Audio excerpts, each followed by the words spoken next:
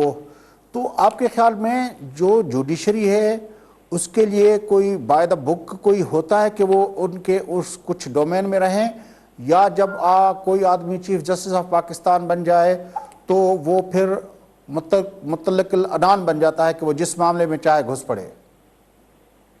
سر دیکھیں نا، جہاں تک پاکستان کی تاریخ ہے، آپ یہ بتا دیں کہ ہماری جوڈیشری نے کبھی کسی مارشل لا کو غیر قانونی ڈکلیئر کیا یہاں تک نہیں کیا نا، بلکہ ان کو لیگل راستہ دیا، اور یہاں تک بھی ہوا کہ آپ نے آئین کے اندر امینڈمنٹ کا اختیار بھی جو ہے نا ڈکٹیٹر کو دے دیا. اور آج آپ کے سامنے جو ریفرنس ہے، میں الیکشن کمیشن آف پاکستان کی اس لیے تعریف کرتا ہوں کہ انہوں نے کیونکہ معاملہ سب جوڈیس ہے بفور رہا ہے، لیکن یہ کوئی کورٹ کی پروسیڈنگ اس انداز میں نہیں ہے. آپ اپنا اختیارات جو استعمال کر رہے ہیں آرٹیکل 186 میں کر رہے ہیں، ایڈوائزری جوڈیشل. آپ نے رائے دینی ہے، رائے دینے کے بجائے آپ کرپشن کو روکنے کے لیے بیٹھ گئے. تو اس کا مطلب ہے کہ پریزیڈنٹ نے جو ریفرنس بھیجا، آپ کرپشن کو روکنے کی بات کر رہے ہیں، تو اس کا مطلب ہے آئین کا آرٹیکل 184(3) جس کا آپ نے ذکر کیا، اس کو ایک قسم کا استعمال کر رہے ہیں. تو 184(3) کو میں تو شروع سے آپ کو بتایا کہ 184(3) میں کسی آدمی کے خلاف کارروائی اگر آپ کریں گے تو اس کو رائٹ آف اپیل نہیں ہے، تو وہ بندہ کہاں جائے گا، کون سی عدالت میں جائے گا انصاف کے لیے؟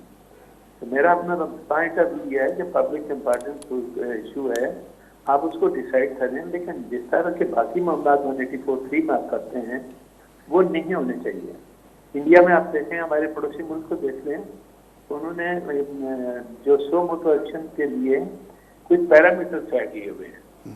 پیرامیٹر میں جب یہ چیزیں میں نے پہلے بھی کہی، آصف شیخ خوسا صاحب کا کہنا یہ ہے کہ جب میں چیف جسٹس تھا تو میں کچھ پیرامیٹر بنا کے سپریم کورٹ کو دے کے جا رہا ہوں. اب سپریم کورٹ کی مرضی ہے کہ اس کو اپروو کرتے ہیں یا نہیں کرتے. تو میرا شروع سے موقف یہ ہے کہ 184(3) کا استعمال جو کبھی کبھار ہم بہت زیادہ کرتے ہیں، جس طرح آپ نے سوچے ہوئے، میں اس کے ہاتھ میں نہیں ہوں. اور اسپیشلی 184(3) میں آپ کسی کے خلاف اگر کوئی قانونی کارروائی کرتے ہیں، اس کو کوئی سزا دیتے ہیں، اس کے خلاف کوئی ایکشن کرتے ہیں، تو آپ نے رائٹ آف اپیل تو دیا نہیں آئین کے اندر، وہ بندہ کہاں جائے گا؟ تو ٹرائل کورٹ کا کنسیپٹ یہ ہوتا ہے کہ جس کی جوڈیسڈکشن ہے وہ کیس لائے گا، چلتے چلتے چلتے فائنل کورٹ سپریم کورٹ ہے، سپریم کورٹ نے فائنلی ڈیسائڈ کرنا ہے. لیکن ہمارے ہاں بدقسمتی یہ ہے کہ بہت ساری چیزیں ہم خود کرتے ہیں، اور یہ میں اوپنلی کہتا ہوں کہ ماضی میں جتنے بھی معاملات ہوا ہے، یعنی ایون جب سندھ اسمبلی کو توڑا گیا، جب پٹیشن فائل کی، سندھ ہائی کورٹ نے اس اسمبلی کو بحال کیا، بعد میں آنریبل سپریم کورٹ نے صادرات کو سیٹسفائڈ کر دیا، اور اس کے بعد ایک سلسلہ شروع ہو گیا جس میں ڈکٹیٹر کو موقع ملا. مجھے پتہ چلتا ہے کہ ہم آئیں گے تو آپ سویلین کے خلاف تو کارروائی پوری کر رہے ہیں، لیکن ڈکٹیٹر کے خلاف کوئی کارروائی کرنے کے لیے تیار نہیں ہے. اور ابھی ایک ڈکٹیٹر کو آپ نے غداری کے کیس میں سزا دی ہے، تو پولیٹیکل لیڈر کے لیے کہتے ہیں بھاگ گیا، یہ ہو گیا. جنرل پرویز مشرف کا کوئی اپنے نام لینے کے لیے تیار نہیں ہے. کیوں؟ تو میں ان چیزوں پہ اوپنلی بات کرتا ہوں. مجھے میرے دل میں کوئی ڈر یا خوف نہیں ہے. میں سمپل بات کرتا ہوں کہ آپ انصاف کر رہے ہیں، برابری کی بنیاد پہ کریں. کوئی آدمی اباب لا نہیں ہونا چاہیے. میرے نزدیک جو اس وقت ریفرنس ہے، مجھے نہیں پتا کل آنریبل سپریم کورٹ آرٹیکل 226 کے متعلق کیا رائے دیتے ہیں، کیا تشریح کرتے ہیں. لیکن آپ نے دیکھا ہوگا کہ ہر آدمی یہ بات کہتا ہے کہ 226 کی موجودگی میں جب تک پارلیمنٹ اس کا امینڈمنٹ نہ کر دے